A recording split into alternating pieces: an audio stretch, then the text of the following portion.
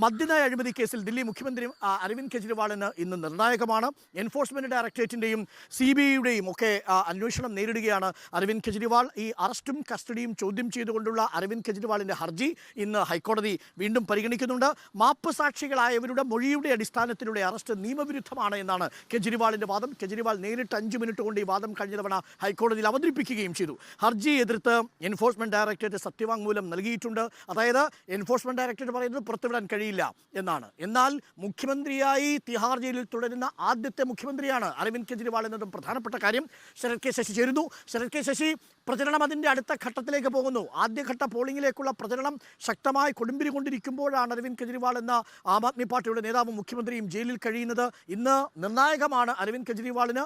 എന്താണ് സാധ്യത നമ്മൾ കാണുന്നത്? PMLA ആക്ടിൻ്റെ പഴുതിൽ വീണ്ടും അരവിന്ദ് കെജ്രിവാളിനെ ജയിലിൽ തന്നെ നിലനിർത്താനായിരിക്കില്ലേ EDയുടെ ശ്രമം?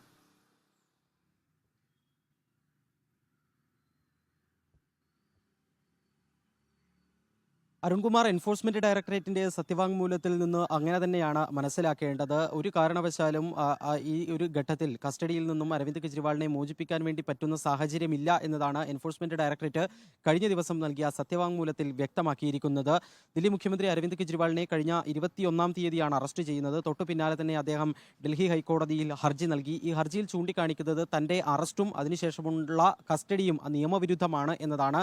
എൻഫോഴ്സ്മെന്റ് ഡയറക്ടറേറ്റ് തന്നെ അറസ്റ്റ് ചെയ്യുന്നതിന് വേണ്ടി പ്രധാനമായും ആശ്രയിച്ചിരിക്കുന്നത് ചില മാപ്പുസാക്ഷികളുടെ മൊഴികളാണ്. അതിനുമപ്പുറത്തേക്ക് ഒരു തെളിവും തനിക്കെതിരെ ലഭിച്ചിട്ടില്ല. അതുകൊണ്ട് തന്നെ മാപ്പുസാക്ഷികളുടെ മൊഴിയെ മാത്രം അടിസ്ഥാനമാക്കിക്കൊണ്ടുള്ള അറസ്റ്റ് നിയമവിരുദ്ധമായി പ്രഖ്യാപിക്കണമെന്നാണ് ഈ ഹർജിയിൽ അരവിന്ദ് കെജ്രിവാൾ ആവശ്യപ്പെടുന്നത്. കൂടാതെ ലോക്സഭാ തെരഞ്ഞെടുപ്പ് പടിവാതിൽക്കൽ എത്തിയിരിക്കുകയുള്ള അറസ്റ്റ് അത് തന്നെയും തൻ്റെ പാർട്ടിയെയും ദുർബലപ്പെടുത്തുന്നതിന് വേണ്ടി, നിശബ്ദനാക്കുന്നതിന് വേണ്ടിയാണ് എന്ന കാര്യവും അരവിന്ദ് കെജ്രിവാൾ ചൂണ്ടിക്കാണിക്കുന്നു. നേരത്തെ ഡൽഹി ഹൈക്കോടതിയിൽ അരവിന്ദ് കെജ്രിവാളിൻ്റെ വാദം പൂർത്തിയായിരുന്നു.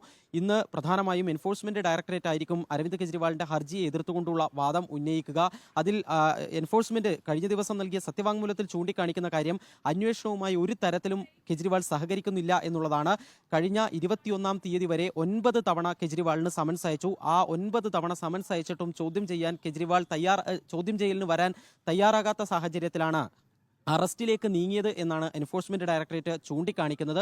അതുകൂടാതെ അരവിന്ദ് കെജ്രിവാൾ നേരത്തെ വിചാരണ കോടതിയിൽ, റൌസ് അവന്യൂ കോടതിയിൽ നേരിട്ട് വാദം പറഞ്ഞ ഘട്ടത്തിൽ എത്ര നാൾ വേണമെങ്കിലും കസ്റ്റഡിയിൽ തുടരാമെന്ന് വ്യക്തമാക്കിയിട്ടുണ്ട്. അങ്ങനെ ഒരു സാഹചര്യത്തിൽ ഇപ്പോൾ കസ്റ്റഡി ചോദ്യം ചെയ്യുന്നത് നിലനിൽക്കില്ല എന്നും എൻഫോഴ്സ്മെന്റ് ഡയറക്ടറേറ്റ് വാദിക്കുന്നു. ജസ്റ്റിസ് സുർണകാന്ത് മിശ്ര അധ്യക്ഷനായ ബെഞ്ചാണ് ഈ കേസ് ഇന്ന് പരിഗണിക്കുന്നത്. ആം ആദ്മി പാർട്ടിയെ സംബന്ധിച്ചിടത്തോളം വലിയ ഒരു പ്രതീക്ഷ കഴിഞ്ഞ ദിവസം സഞ്ജയ് സിംഗിന് ജാമ്യം ലഭിച്ചതാണ്.